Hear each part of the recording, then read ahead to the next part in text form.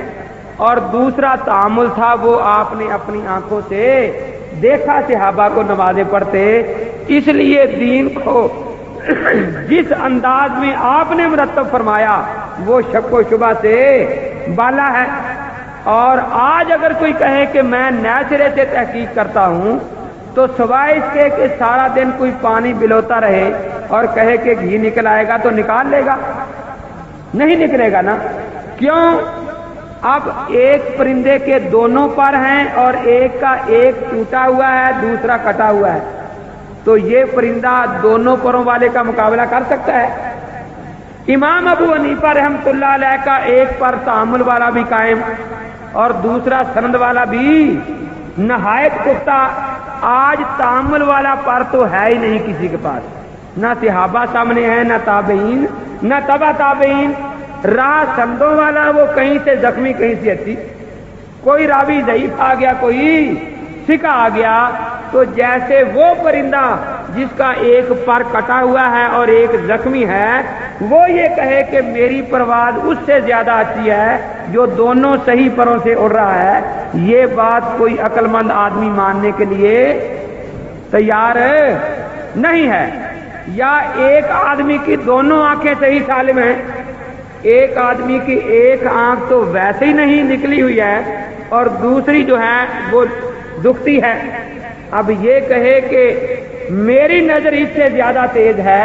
امام اعظم ابو حنیفہ رحمۃ اللہ تعالی علیہ خیر القرون کے بزرگ ہیں، انہوں نے اللہ کے نبی کی سنت اور صحابہ کا فہم ہم تک پہنچایا، اس لیے ہم ہیں اہل سنت والجماعت حنفی۔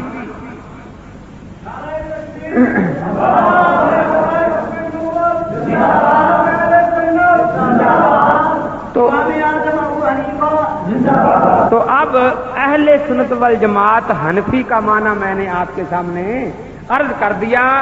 جس طرح میں نے اپنی مسلک کی نہایت پختہ سند پیش کر دی، اس طرح اگر کسی اور کے پاس ہو وہ پیش کرے تو پھر تو ہم دیکھیں گے، لیکن آپ یقین جانیں کہ کسی کے پاس اور اتنی پکی سند موجود نہیں ہے۔ دیکھیے آپ نماز پڑھتے ہیں یا نہیں پڑھتے ہیں نا؟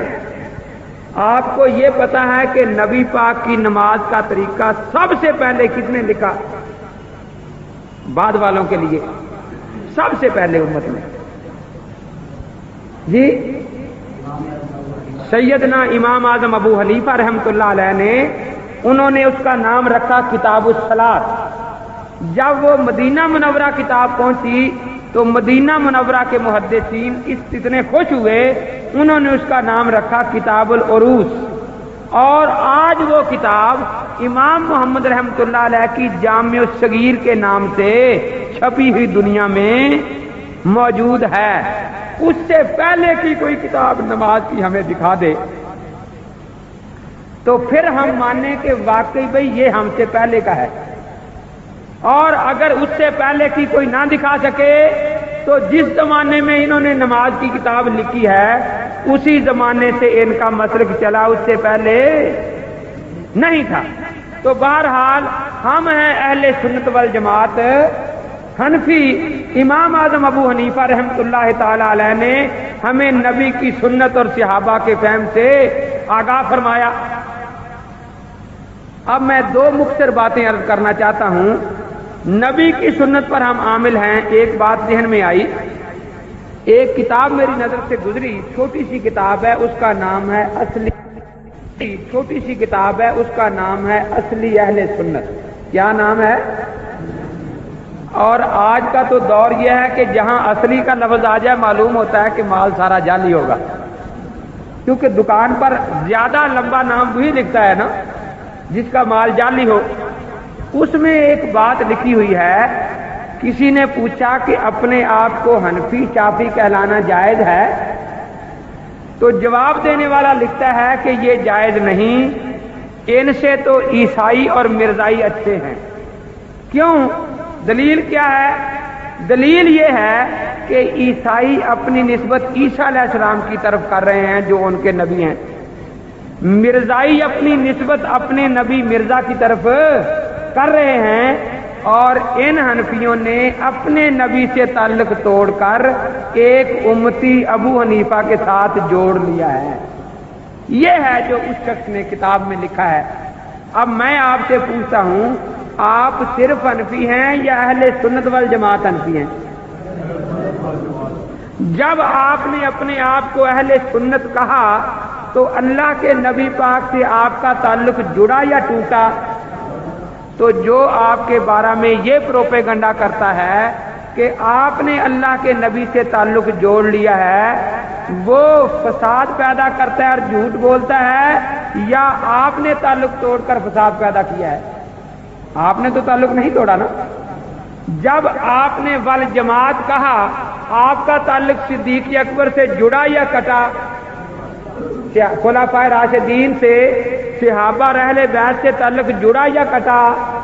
اب اگر کوئی یہ دھوکہ دیتا ہے کہ ان لوگوں نے ابو بکر سے تعلق توڑ کر ابو حنیفہ سے جوڑا ہے، حضرت عمر سے تعلق توڑ کر ابو حنیفہ سے جوڑا ہے، تو وہ ہم پر ایک جھوٹ بول رہا ہے، الزام تراشی کر رہا ہے۔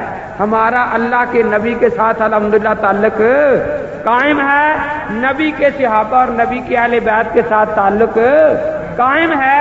امام ابو حنیفہ رحمۃ اللہ علیہ کے ساتھ تو ہمارا تعلق اتنا ہی ہے کہ انہوں نے ہمیں نبی میں اور ہمارے پاک پیغمبر میں کئی فرق ہیں۔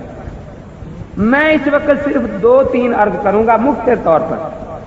پہلا فرق یہ ہے کہ پہلے نبیوں کی مثال موسمی پھولوں کی مثال تھی، جیسے سردیوں کا پھول سردیوں میں تو خوب رونق دکھاتا ہے اور مالی بھی اس کی اچھی طرح نگہبانی کرتا ہے، دوپہر کو فوارے سے پانی ڈال رہا ہے، کبھی اسے کھاد ڈال رہا ہے، کیوں؟ یہ پھول اپنی رونق اور بہار دے رہا ہے۔ لیکن جو ہی گرمیوں کا زمانہ شروع ہوا تو اب اس کی پکھڑیاں علیحدہ، اس کے پتے خشک، وہی مالی جو سردیوں کے موسم میں فوارے سے اوپر پانی ڈال رہا تھا، اب وہ اپنے ہاتھوں سے اکھاڑ کر اس کو پھینک دیتا ہے اور وہاں گرمیوں کے موسم کا پھول لگا دیتا ہے۔ تو پہلے انبیاء علیہ السلام کی شریعتیں جو تھیں وہ اپنے اپنے زمانہ کے لیے تھیں، اپنے اپنے زمانہ میں انہوں نے رونق اور بہار دنیا کو دکھائی۔ لیکن جب ایک کا زمانہ گزر گیا دوسری شریعت آ گئی، تیسرے نبی آ گئے، وہ اور شریعت لے کر آ گئے۔ حضرت محمد الرسول اللہ صلی اللہ تعالی علیہ وسلم، آپ کی مثال سدا بہار پھول کی ہے